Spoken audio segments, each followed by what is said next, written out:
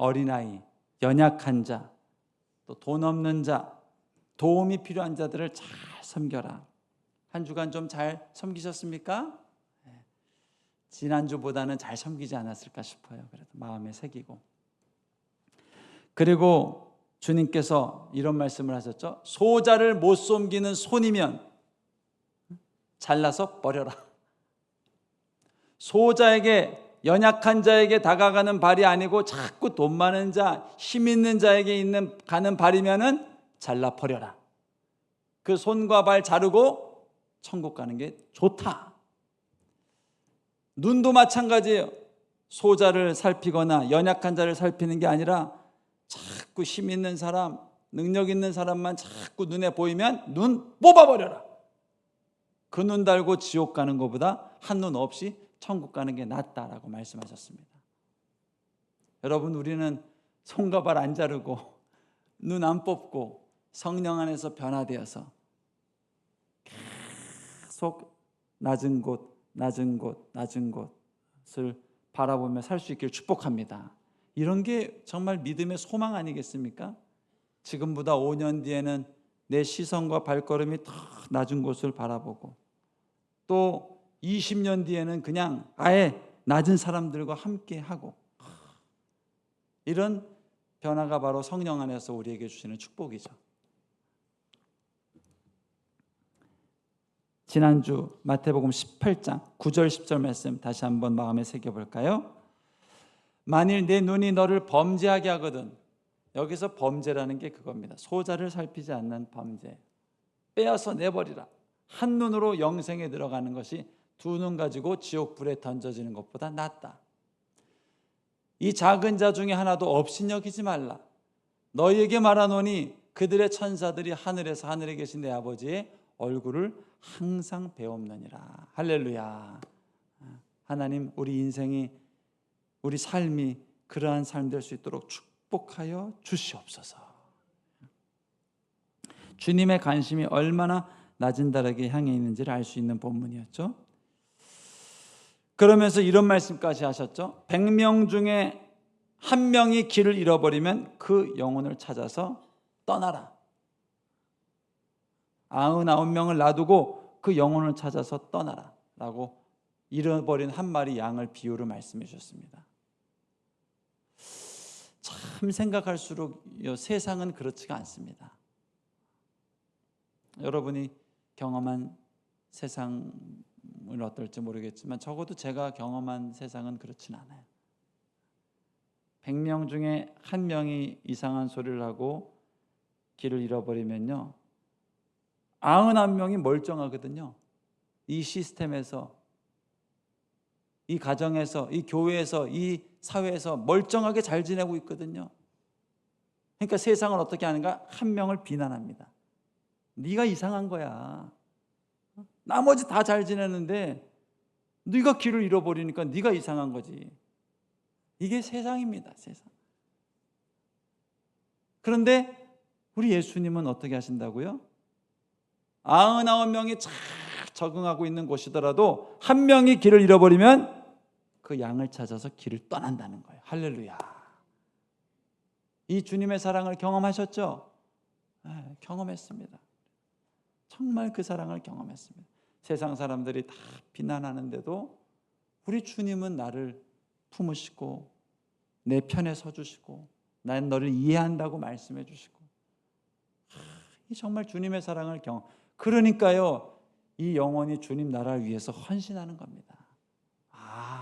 난 이분을 위해서라면 내 남은 여생을 드리리라. 내 삶을 드리리라.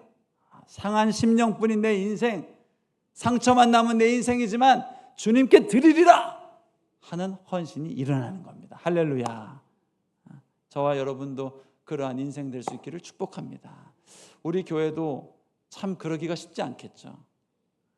99개 구역이 다 잘 되고 있는데 한 구역이 뭔가 적응을 못하고 어려워하고 하면은 그 한 구역, 한 영혼 위에서 교회가 우리 교회가 좀 문제가 있는 것 같다고 생각하고 기도하고, 이렇게 하기가 참 쉽지 않죠. 다수가 다 잘 지내고 있으니까요.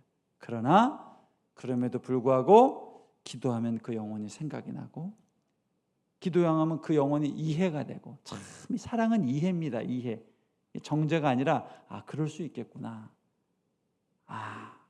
그럴 수 있겠구나 하면서 나가가는 교회가 될 때 얼마나 행복한 교회가 되겠습니까? 그렇죠? 또 이런 인생의 리더를 우리가 만났다는 것에 감사할 수 있기를 축복합니다.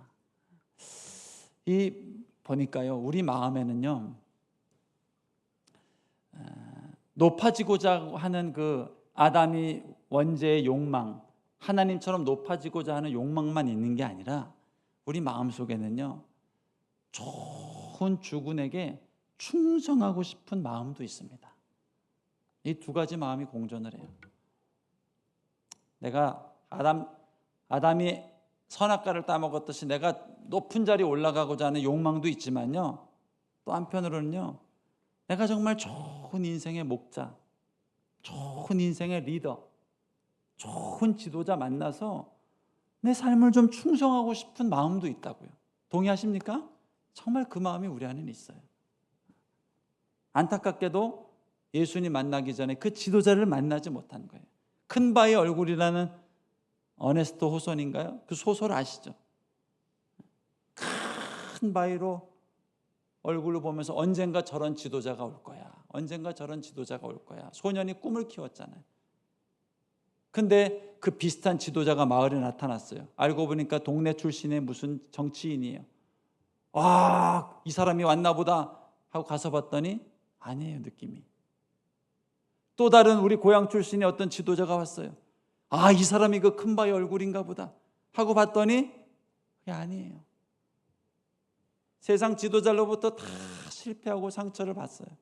이런 인생이 없나 보다.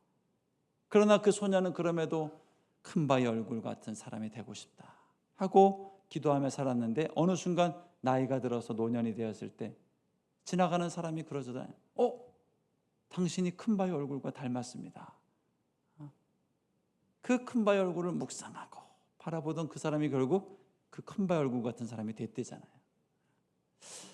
우리는요, 정말 좋은 지도자를 만나서 그 사람에게 충성하고, 그 사람이 정말 죽으라면 죽고 싶고, 왜? 나의 리더니까요. 그러고 싶은 마음이 있는데 예수님 만나기 전에 이 땅에서 그런 지도자를 만날 수도 없었고 만나지도 못했다고. 그러나 이제 우리가 그 지도자를 만났습니다. 예수님을 만났어요. 이 잃어버린 내 인생을 위해서 99마리 양을 놔두고 나를 찾아오신 그 주님을 만났단 말이에요. 여러분, 이 주님께 남은 여생 충성할 수 있기를 축복합니다. 내 남은 모든 충성심, 그분은 날 실망시키지 않습니다. 그분은 내가 하나를 드리면 열을 주시는 분입니다. 그분께 후회 없이 내 삶을 드리며 살 수 있기를 축복합니다. 근데 오늘 본문에서는요, 사랑의 또 다른 모습에 대해서 주님이 또 가르쳐 주고 있습니다. 그것은 책망과 훈계입니다. 15절부터 한번 읽어볼까요? 네 형제가 죄를 범하거든 가서 너와 그 사람과만 상대하여, 다른 사람 데리고 가지 말래요. 권고하라, 책망하라, 훈계하라. 만일 들으면 네가 네 형제를 얻을 것이요, 만일 듣지 않거든 한두 사람을 데리고 가서 두세 증인의 입으로 말마다 확증하게 하라. 만일 그들의 말도 듣지 않거든 이제는 교회가 말하고, 교회의 말도 듣지 않거든 이방인과 세리와 같이 여기라. 오늘 본문에서는요, 사랑의 또 다른 모습, 책망과 훈계에 대해서 말하고 있습니다. 둘 다 사랑입니다. 기다려주고 함께해주고 그 영혼에 찾아가주고 인내해주고 하는 것도 사랑이고요, 또 책망하고 훈계하고 가르치는 것도 사랑입니다. 이 오늘 가르쳐주는 사랑은 이제 사랑하기 때문에 책망하고, 사랑하기 때문에 훈계하고 가르치는 이 사랑에 대해서 얘기하는 겁니다. 이 부흥하는 교회에서 놓치기 쉬운 것이 바로 이 한 영혼에 대한 관심이죠. 관심. 이전에 심호하던 교회에 제가 청년으로 있을 때 교회가 막 제가 머물던 청년부도 하루에 30명 한 주에 막 옵니다. 저는 이제 대학부에 있다가 청년부로 올라갔죠. 그러니까 청년부 올라가면 또 새가족반을 7주간 해야 됩니다. 근데요, 진짜 깜짝 놀랐어요. 그 새가족반 1주 교육을 하는 그 공동체 청년부 담당 목사님이 있고 이제 선임 목사님이 계시는데 선임 목사님이 와서 양육을 하는데요. 진짜 느낌이 너무 안 좋았어요. 약간 느낌이 이런 느낌이에요. 우리 교회 잘 오셨고요. 자, 우리 교회 양육 이렇게 됩니다. 또 1대1은 이렇게 됩니다. 할 수 있겠어요? 어려우시면 다른 교회 가셔도 되고요. 이런 느낌이었어요. 깜짝 놀랐어요. 그 30분 교육을 받는데. 이제 그 목사님 입장에서는 교회 이렇게 양육이 빡세고 훈련이 많은데 여러분 자신 있어요? 이걸 이제 잘 얘기하면 힘내십시오. 그냥 술렁술렁 하지 마십시오. 우리 하나님의 도를 이제 열심히 배우는 겁니다. 이렇게 해야 되는 얘기인데 모르겠어요. 너무 성도가 많이 오니까 이젠 버겁기도 하고 새가족부 양육자 세우기도 아마 힘들었겠죠. 선임 목사님 다른 사역 해야 되는데 새가족부 양육까지 맡아야 하니까 좀 힘들었겠죠. 그런지 이렇게 있습니다. 힘드시면 지금 당장 다른 교회 가십시오. 막 이렇게 얘기를 하더라고요.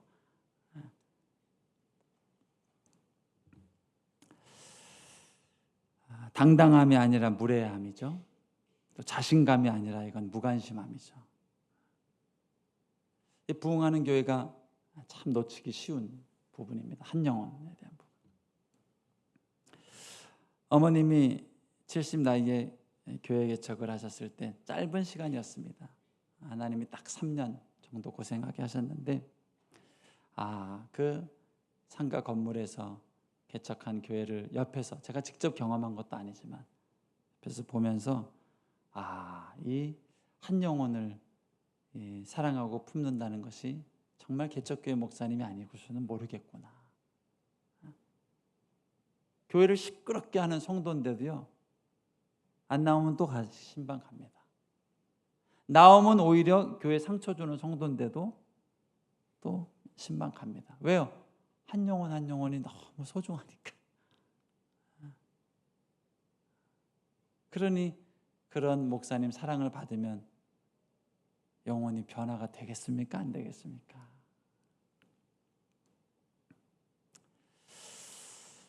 특별히 오늘 주님이 사랑과 관심에 대해서 말씀하시는데 오늘 본문에서는 꼭 해야 할 말, 훈계와 가르침을 게을리하지 말라. 이것을 가르치고 있습니다. 15절 앞부분 말씀 한번 보겠습니다. 내 형제가 죄를 범하거든 가서 너와 그 사람과만 상대하여 권고하라. 여러분, 사랑과 훈계와 책망에 게으르지 않는 저와 여러분 될 수 있게 축복합니다. 때로는요, 듣기를 싫은 말도 해야 되고 또 가르쳐야 될 때도 있습니다. 우리가 요즘 주일 오전에 고린도전서 말씀을 보는데요, 5장 말씀에서 음행에 대해서 얘기를 하죠. 한 형제가 너무너무나도 잘못한 음행을 했습니다. 아버지의 아내와 잠자리를 같이 했단 말이에요. 성경적으로 있을 수 없는 일을 했는데 그 형제가 왔는데 거기에 대해서 누구도 가르침이 없고 거룩에 대해서도 우리의 순결함에 대해서도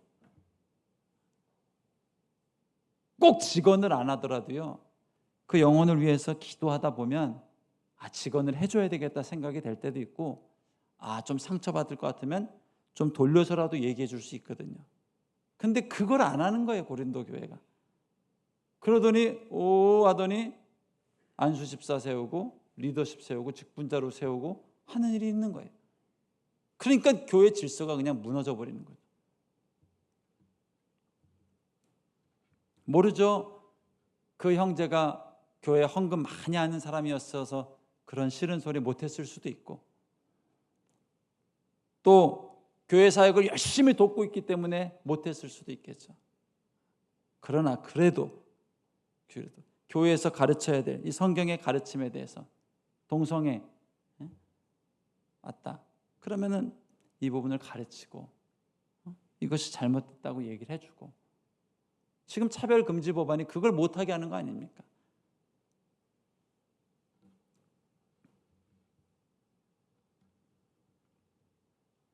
오늘 예수님이 말씀하십니다. 너희는 너희 형제가 죄를 범하거든 그것을 아파하고 함께 기도하면서 그 영혼을 위해 중보하고 그 영혼을 가르치고 때로 훈계하고 말씀 안에서 책망도 해야 된다라고 가르치는 거예요. 이 시대의 가장 큰 병은 뭘까요? 무관심입니다. 무관심.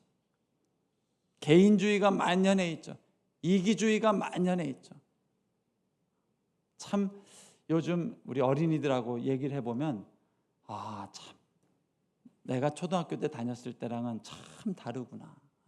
제가 초등학교 다녔을 때 교육은 이타적인 행동에 대해서 많이 배웠던 것 같아요. 남을 섬기고 친구를 아껴주고. 근데 요즘 어린이들하고 얘기를 해보면요, 내가 제일 소중하고 내 감정이 제일 중요하고 내 감정을 표현하는 것이 가장 중요하다고 가르치는 것 같아요. 물론 그것도 너무 필요한 것 같아요. 또 너무 중요한 교육, 제가 어렸을 때는 받지 못했던 교육인 것 같아요. 너가 정말 소중하다. 근데 이게 좀 상대적으로 이 나의 소중함은 알지만 내 친구가 소중한 것, 우리 선생님이 소중한 것, 우리 부모님이 소중한 것, 내 이웃이 소중한 것에 대해서는 교육이 갈수록 줄어드는 것 같아요. 그러다 보니까 이기주의가 만연하고 개인주의가 만연하는 사회로 바뀌어가고 있는 것 같아요. 형제가 남일에 점점 관심이 없어집니다. 형제가 죄를 범해도 그냥 뭐 어떻게 알아서 되겠지 뭐. 내 인생 아닌데 뭐. 옆 사람이 도둑질을 당해도 누가 어떻게 처리하겠지 하는 생각들이 점점 이 시대에 뿌리 내리고, 그것은 사실 성경의 가르침은 아니죠. 그리스도인은 그래서는 안 되죠. 내일처럼 생각하고 내일처럼 가르치고 내 자녀처럼 포기하지 않고 기도해야 되는 줄로 믿습니다. 그래서 15절 말씀에서 오늘 교회가 해야 될 사명, 그리스도인이 해야 될 사명에 대해서 이렇게 말합니다. 네 형제가 죄를 범하거든 가서 권고하라. 가만히 있지 말고 가서 말씀 안에서 가르치고 참 주님이 기뻐하시는 길이 무엇인지 가르치고 권고하라. 여러분, 이 범죄한 형제가 있거든 기도해주고 그리고 중보해주고 그리고 그 영혼을 위해서 기회를 얻어서 말씀을 가르치고 진리의 말씀을 선포해 줄 수 있는 저와 여러분 될 수 있기를 축복합니다. 상주교회 새가족부에 감사한 것 중에 하나가 참 따뜻하기만 한 줄 알았습니다. 그런데 때로는 권위 있는 훈계도 해주고 또 좀 아니다 싶을 때는 새가족인데도 가르쳐야 될 것은 가르쳐 주더라고요. 특히 교회 권위를 부정하거나 영적 질서를 무시하는 행동이나 잘 모르고 교회를 비판하거나 할 때는 사랑의 훈계를 하더라고요. 듣는 사람이 아프지 않게 따끔하게, 형제님 그렇게 신앙생활 하시면 안 됩니다. 자매님 그런 태도는 옳지 않습니다. 탁탁 권면을 해주더라고요. 여러분 왜 이 말을 할까요? 결국 그 형제가 새가족 수료하고 그 자매가 새가족 수료하고 교회에 잘 정착하게 하는 길이 그 길이거든요. 힘들어할 거라고 그냥 아무 말 안 하면요 결국 구역 가서 상처받고 교회 정착을 못하고 또 기관 모임 가서 상처받고 교회 정착을 못하는 거예요. 누군가는 해줘야 되는데 기도하고 건넨의 말을 해주니까, 특별히 새가족 때 딱 초반 왔을 때 그런 부분에 대해서 얘기를 해주니까 이 좀 나사가 풀려 있는 경우는 교회라는 것의 거룩함에 대해서 어떤 영적 이 경외감을 가지고 접근할 수가 있단 말이에요. 할렐루야. 받아주기만 하는 것은 진정한 사랑이 아니죠. 자녀를 망치는 길이 뭘까요? 다 받아주면 됩니다. 뭘 하든 오케이 해주면, 그러면은 자녀가 스포일 된다고 그러죠. 망쳐지는 거는 순식간입니다. 제 소견이 옳은 대로 그냥 살아버리죠. 그렇게 크면요, 세상 나가서 자기 멋대로 사는 인생이 돼버리죠. 그러나 사랑하기 때문에 가르치고 또 권면하고, 유대인들은 8살 전까지는 회초리를 든다고 그러던가요?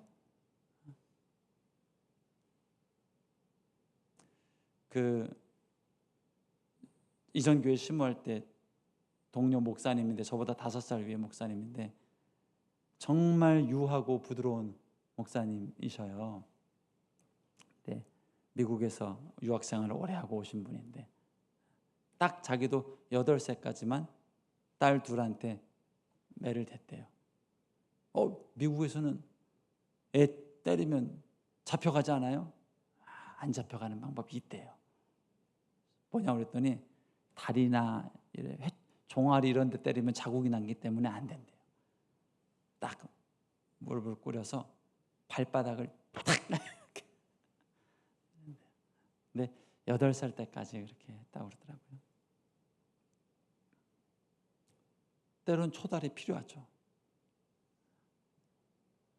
이건 정말 아니야 싶을 때는 내 분노로 하는 훈계가 아니라 정말 필요하다 싶을 때는 자녀를 위해서 필요할 때도 있겠죠. 사랑하는 자녀를 그렇게 사랑하듯이 그렇게 변하도록, 그것 말하는 것이 진짜 사랑인 거예요. 저는 우리 상주교회가 정말 사랑의 공동체가 되기를 축복합니다. 정말로 영적 멘토링이 있는, 기다려야 될 사람은 끝까지 기다려주고 찾아가고, 또 필요한 경우는 두려워하지 않고 영적 권위를 가지고 이렇게 살아야 됩니다, 그것은 아닙니다 라고 얘기도 해줄 수 있는, 그게 진짜 좋은 멘토링이죠. 자, 그런데도 만약에 그 사람이 못 알아듣고 바뀌지 않으면 어떻게 될까요? 포기하지 말고 계속 기도하라. 16절 말씀입니다. 만일 듣지 않거든 한두 사람을 데리고 가서 두세 증인의 입으로 말마다 확증하게 하라. 이번에는요, 두세 명이 함께 가라는 거예요. 왜 함께 가나? 이렇게 겁박하기 위해서? 아니면 많은 인원이 가면은 좀 인원의 힘으로, 힘의 논리로 이렇게 탁 윽박지르기 위해서? 아닙니다. 왜 두세 사람이 함께 가야 되는지 바로 밑구절에 이유가 나옵니다. 19절 말씀입니다. 진실로 너희에게 이르노니 너희 중 두 사람이 땅에서 합심하여 무엇이든지 구하면 하늘에 계신 내 아버지께서 그들을 위하여 이루게 하시리라. 두세 사람이 내 이름으로 모인 곳에 나도 그들 중에 있느니라. 그래서 두세 사람이 함께 가라는 거예요. 내 말이 옳다고 믿는 아군을 쫙 모아가지고 가라는 얘기가 아니라, 기도하는 두세 사람이 함께 가면, 그 영혼을 사랑하는 두세 사람이 함께 가면 주님이 그 두세 사람이 모인 곳에 함께 하시기 때문에 더 설득력이 있고 더 영향력이 있고 더 능력이 있을 것이다, 이걸 약속해 준 겁니다. 할렐루야. 대단하죠.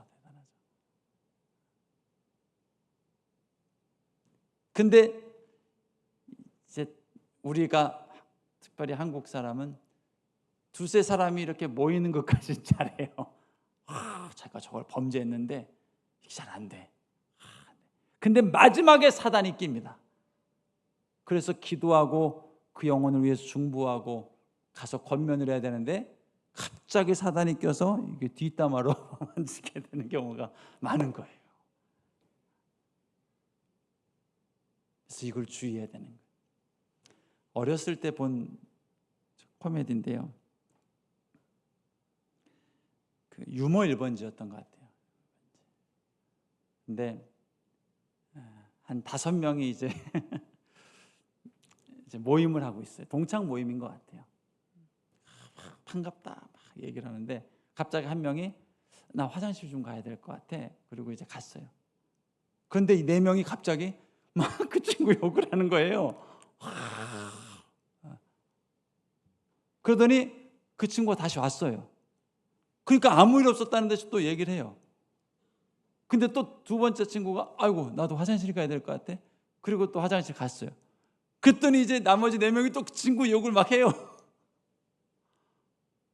그리고 또 갔다 오니까 아무 일 없었다는 듯이 또 얘기를 하다가 이제 3번째, 4번째 이제 마지막 친구 차례가 왔는데 이 친구가 막 화장실을 못 가고 막 계속 이래요. 그래서 가라고 다녀오라고.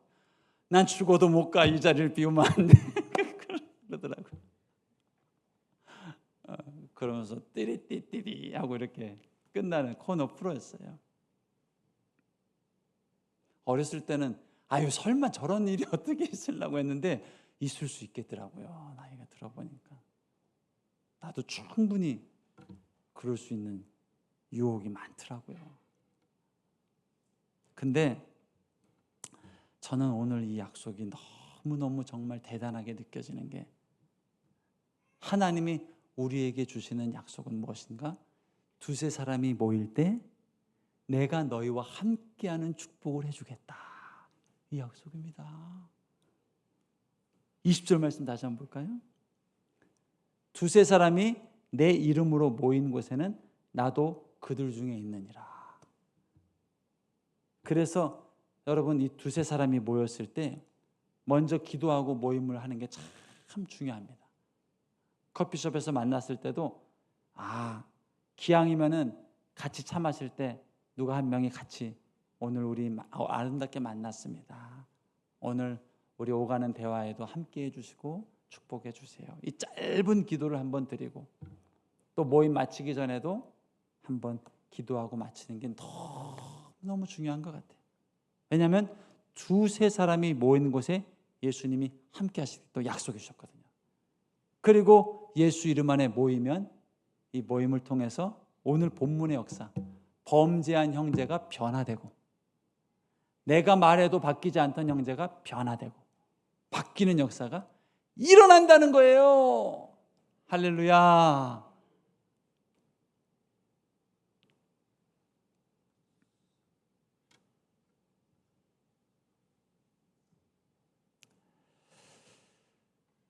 그리고 이제 마지막입니다. 그럼에도 그 형제가 듣지 않을 때는 어떻게 해야 되는가? 17절 말씀이죠.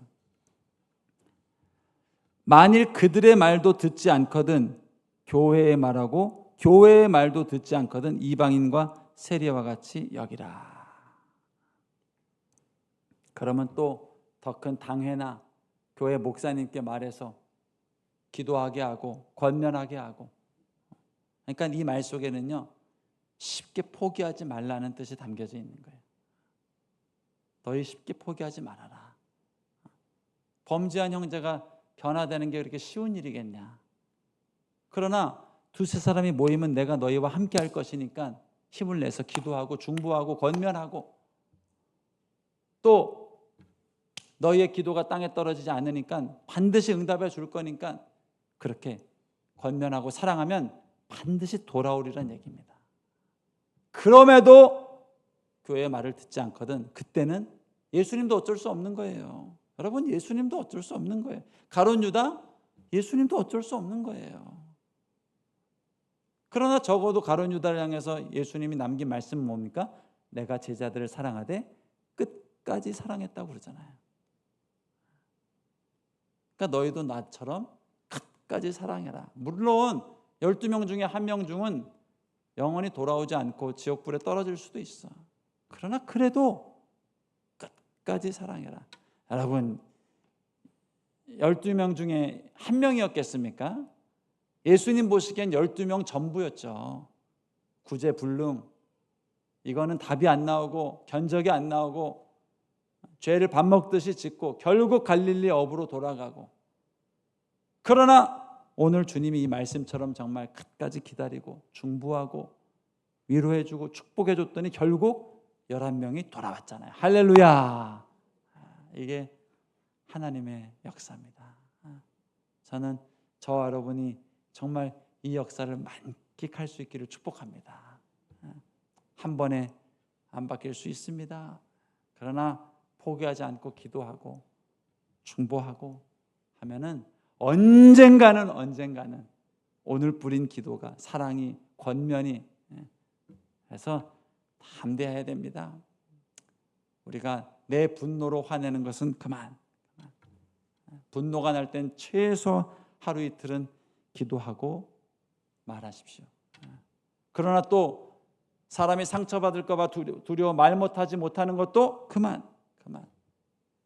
기왕에 받을 상처라면 일찍 받고, 그리고 변화된 삶을 살 수 있도록 기도하고 권면의 말도 할 수 있는 그런 정말 이 참 자유로움, 양육의 자유로움, 멘토링의 자유로움이 저와 여러분과 함께하길 축복하고, 비단 교회에서뿐만 아니라 세상 살면서도, 또 기업을 운영하면서도, 또 가정에서도 정말 이 놀라운 원칙을 쫓아가면서 명심하십시오.